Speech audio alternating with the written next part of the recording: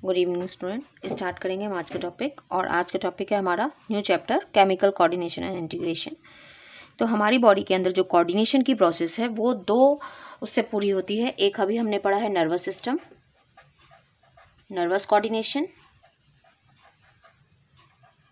और दूसरा होता है हमारा chemical coordination. So nervous coordination जो अभी हमने पढ़ा है इसमें न्यूरल कंट्रोल एंड कोऑर्डिनेशन में, और अब हम स्टार्ट करेंगे केमिकल कोऑर्डिनेशन की केमिकल कोऑर्डिनेशन यानी जो हार्मोन से होता है वो कैसे होता है। तो हमारी बॉडी में बेसिकली इन दोनों की वजह से कंट्रोल एंड कोऑर्डिनेशन होता है, नर्वस सिस्टम और एंडोक्राइन सिस्टम यानी केमिकल कोऑर्डिनेशन की वजह से। तो हमारी बॉडी में दो तरह की ग्लैंड्स होती हैं, एक होती हैं एंडोक्राइन ग्लैंड्स और एक होती हैं एक्सोक्राइन ग्लैंड्स। एंडोक्राइन और एक्सोक्राइन में क्या डिफरेंस है उसके मैंने एक छोटा सा डायग्राम बनाया है। एंडोक्राइन ग्लैंड्स वो ग्लैंड्स हैं जिनके पास जो है खुद की कोई डक्ट नहीं होती है, और वो डायरेक्टली अपना सिक्रीशन जो है वो ब्लड में डाल देती हैं, और ब्लड के थ्रू वो जो है टारगेट ऑर्गन तक पहुंचता है। उनको हम बोलते हैं एंडोक्राइन ग्लैंड यानी डक्टलेस ग्लैंड, क्योंकि उनकी खुद की कोई डक्ट नहीं है। तो उन्होंने यहाँ पर क्या किया, पूरा का पूरा ब्लड के अंदर डाल दिया अपना सर्कुलेशन, और ब्लड के थ्रू वो ट्रांसपोर्ट होगा जहाँ पे भी जाना है। ये जो है यहाँ पर ये देखो, ये जो है एक्सोक्राइन ग्लैंड है। एक्सोक्राइन ग्लैंड इसकी खुद की डक्ट है, ये जो है ये डक्ट है, जिस डक्ट के थ्रू जो ये इसका सिक्रीशन है वो उसके थ्रू जाएगा। जैसे ये हो गई endocrine gland sales, endocrine gland sales. तो इनका सिक्रीशन कहाँ चला गया, यहाँ पर, और यहाँ ये जो है ये आ गई आपकी, बीच में आ गए हॉर्मोन्स, हॉर्मोन्स मॉलिक्यूल आ गए ये बीच में सारे, और ये है क्या, ये है कैपिलरी, ये कैपिलरीज हैं जिनमें ये हार्मोन आ गए। तो एंडोक्राइन सेल्स ने क्या किया, अपना सिक्रीशन यहाँ पे डाल दिया ब्लड कैपिलरी में, और यहाँ से ये ब्लड कैपिलरी के थ्रू जो है वो टारगेट ऑर्गन तक पहुँच जाएंगे। ये हार्मोन्स जो है वो कहाँ जाएंगे, टारगेट ऑर्गन्स तक। अब ये क्या है, ये है एक्सोक्राइन ग्लैंड, एक्सोक्राइन ग्लैंड है ये, और इसकी ये खुद की डक्ट है, और इस डक्ट के थ्रू जहाँ जाना है ये हार्मोन्स को ये सिक्रीट करती है एंजाइम। सो ये जो इसका जो सिक्रीशन है वो इस डक्ट के थ्रू ही जाएगा। सो एंडोक्राइन ग्लैंड जो सिक्रीशन सिक्रीट करती हैं वो क्या होता है, बेसिकली हार्मोन्स, और ये जो सिक्रीट करती हैं ये हैं एंजाइम्स। कुछ ऐसी भी हैं हमारी बॉडी में जो दोनों की तरह बिहेव करती हैं, जैसे पेनक्रियास। अभी मैं आपको एक एग्जाम्पल बता रही हूँ, जैसे पेनक्रियास, ये दोनों की तरह बिहेव करती है, यानी ये एंजाइम्स भी सिक्रीट करती है और ये हार्मोन्स भी सिक्रीट करती है। अभी आप पढ़ोगे, एंजाइम्स आपने पढ़ लिया, तो इसका मतलब ये एक्सोक्राइन भी है और ये एंडोक्राइन भी है। तो हेट्रोक्राइन ग्लैंड बोलते हैं इसको, हेट्रोक्राइन ग्लैंड, ठीक है, क्योंकि ये दोनों की तरह बिहेव करती है। हार्मोन अभी आप पढ़ोगे, इंसुलिन एंड ग्लूकागॉन वो सिक्रीट करती है, और एंजाइम भी सिक्रीट करती है, डाइजेस्टिव सिस्टम में हमने पढ़ा है। सो इसलिए ये हेट्रोक्राइन ग्लैंड है, नहीं दोनों की तरह ये बिहेव करती है। सो एंडोक्राइन ग्लैंड बेसिकली है क्या, और ये होता क्या है, हार्मोन। सो एंडोक्राइन ग्लैंड को हम क्या बोलते हैं, एंडोक्राइन ग्लैंड को हम बोलते हैं डक्टलेस ग्लैंड। तो एंडोक्राइन ग्लैंड क्या हो गई, क्योंकि डक्ट नहीं है, देखो यहाँ पर इसकी डक्ट है, एक पाइप की तरह, एक नल के पाइप की तरह। यहाँ पर कोई पाइप नहीं है, डायरेक्टली ब्लड में डाल दिया। सो एंडोक्राइन ग्लैंड्स क्या हैं, जो एंडोक्राइन ग्लैंड्स हो गई वो डक्टलेस हो गई, वो क्या हो गई, डक्टलेस, यानी उनके पास डक्ट नहीं है। और उनका जो है वो क्या सिक्रीट कर रही है, ये बात हमने कर ली, ये हार्मोन सिक्रीट कर रही हैं। तो अगर हम इसकी डेफिनेशन देखें तो जो क्लासिकल डेफिनेशन है वो ये है कि हार्मोन, जो क्लासिकल डेफिनेशन है हार्मोन की वो है chemical produce by endocrine glands. तो पहले हम क्या बोलते थे, खाली chemicals produced by endocrine glands, ठीक है। अब जो इसकी जो साइंटिफिक डेफिनेशन दी गई है, जो करंट साइंटिफिक डेफिनेशन है वो है, वो आपको ध्यान रखनी है, हॉर्मोन्स आर नॉन न्यूट्रिएंट। पहले मैं आपको बता दूं, फिर मैं इसको समझाऊंगी कि इसका मतलब क्या है। Non nutrient chemicals which non-nutrient chemicals which act as intercellular messenger and are produced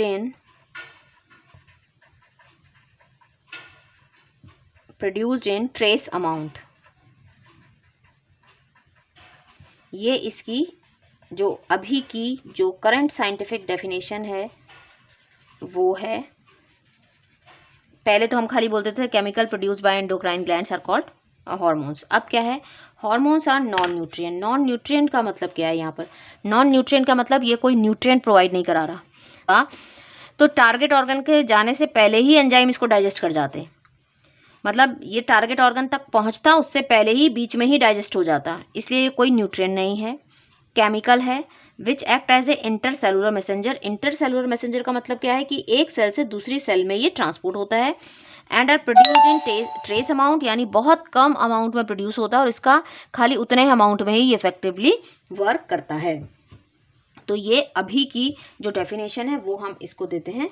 अब हम बात करें कि जो एंडोक्राइन ग्लैंड्स हैं, जैसे इन्वर्टिब्रेट, लोअर ग्रुप में अगर हम देखें जैसे इन्वर्टिब्रेट्स, तो उसमें बहुत कम होती हैं। इन्वर्टिब्रेट्स के अंदर जो है वो बहुत सिंपल एंडोक्राइन सिस्टम होता है, सिंपल एंडोक्राइन सिस्टम होता है, बहुत सिंपल एंडोक्राइन सिस्टम होता है। कुछ ही हार्मोन होते हैं endocrine system and few hormones, और बहुत थोड़े से हार्मोन्स होते हैं जो उसको कंट्रोल करते हैं। बल्कि वर्टिब्रेट्स के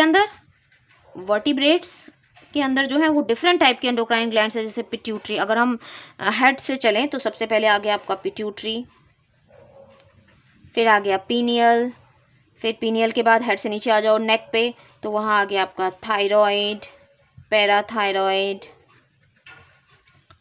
फिर आ गया आपका थाइमस, फिर आ गया पेनक्रियाज, ये ऊपर से नीचे आ रहे हैं हम। पेनक्रियाज के बाद आ गया आपका एड्रिनल जो किडनी पे पहुंच गए, उसके बाद आ गया आपका टेस्टिस मेल के अंदर और ओवरीज जो है वो फीमेल के अंदर। तो इस तरह से ये इतनी सारी एंडोक्राइन ग्लैंड है जिनके बारे में आप पढ़ोगे, pituitary, pineal, thyroid, parathyroid, thymus, pancreas, adrenal, testis and ovary.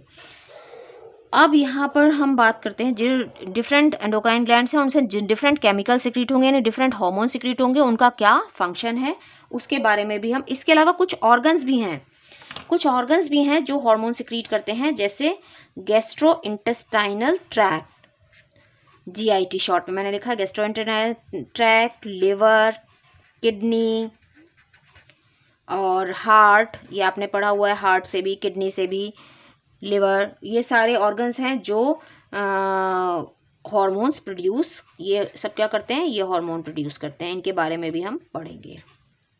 Gastro intestinal tract, liver, kidney and heart, ये भी जो है वो डिफरेंट हार्मोन्स प्रोड्यूस करते हैं और उनका क्या फंक्शन है वो भी हम पढ़ेंगे। अब हम सबसे पहले बात करेंगे हाइपोथैलेमस। ये जो मैंने बनाया है ये क्यों बनाया है, ये हाइपोथैलेमस है क्या। सो हाइपोथैलेमस बेसिकली हम पिट्यूटरी को मास्टर ग्लैंड बोलते हैं, पर पिट्यूटरी को भी एक जो है कंट्रोल करने वाला स्ट्रक्चर है जिसको हम बोलते हैं हाइपोथैलेमस, जो कि ब्रेन का पार्ट है, आपने अभी पढ़ लिया। ये किसका, डायनसेफ्लॉन, यानी फोर ब्रेन का पार्ट है, और इसी के साथ क्या जुड़ी रहती है, पिट्यूटरी ग्लैंड। और ये जो हाइपोथैलेमस है ये पिट्यूटरी को कंट्रोल करती है। ये किसको कंट्रोल करती है, पिट्यूटरी को। पिट्यूटरी ग्लैंड कैसे, ये दो तरह के हार्मोन रिलीज करती है। एक होता है रिलीजिंग हार्मोन जो पिट्यूटरी को स्टिमुलेट करेगा,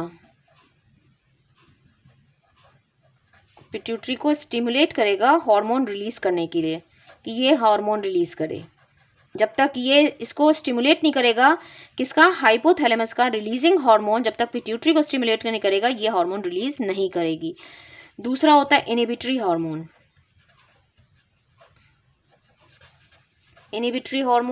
और ये इनहिबिटरी हार्मोन जैसे इसने तो स्टिमुलेट कर दिया हार्मोन रिलीज करने के लिए, अब इसको रोकने वाला भी चाहिए, तो इनहिबिटरी हार्मोन क्या करेगा, उसको इनहिबिट करेगा कि भाई अब काम हो गया, अब इसकी जरूरत नहीं है, तो इसकी रिलीज को रोकेगा, इनहिबिट करेगा। तो ये दो तरह के हार्मोन हाइपोथैलेमस सिक्रीट करता है। एक होता है रिलीजिंग हार्मोन जो पिट्यूटरी को स्टिमुलेट करेगा कि भाई अब तुम अपने हार्मोन रिलीज करो, दूसरा इनहिबिटरी हार्मोन वो मना करेगा कि अब इसको रिलीज नहीं करो। तो जैसे यहाँ पे दो एग्जाम्पल हैं, जैसे गोनेडोट्रोपिन रिलीजिंग हार्मोन, पहले में एग्जाम्पल है गोनेडोट्रोपिन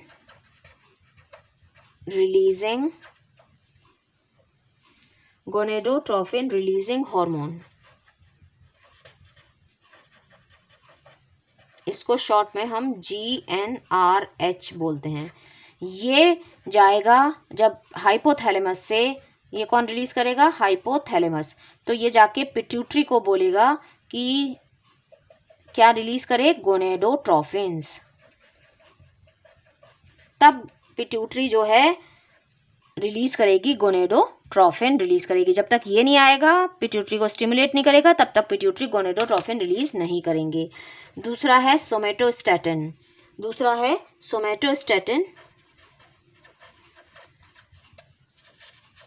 स्टैटिन मतलब जैसे स्टैटिक हो जाता है, रोकना, तो ये जो रिलीज करेगा ये इनहिबिटरी है, जो इनहिबिट करेगा inhibit the release of growth hormone के रिलीज को रोकेगा, इनहिबिट करेगा। स्टैटिन मतलब रोकना, तो ये ग्रोथ हार्मोन के रिलीज को रोकेगा। तो ये एक इनहिबिटरी का एग्जांपल हो गया, और ये एक रिलीजिंग हो गया कि जब तक GnRH नहीं जाएगा, पिट्यूटरी को स्टिमुलेट नहीं करेगा, तब तक पिट्यूटरी गोनेडोट्रोफिन्स यानी LH FSH रिलीज नहीं करेगा। इसको हम पिट्यूटरी में पढ़ेंगे। दूसरा सोमेटोस्टैटिन ग्रोथ हार्मोन को रिलीज को रोकेगा।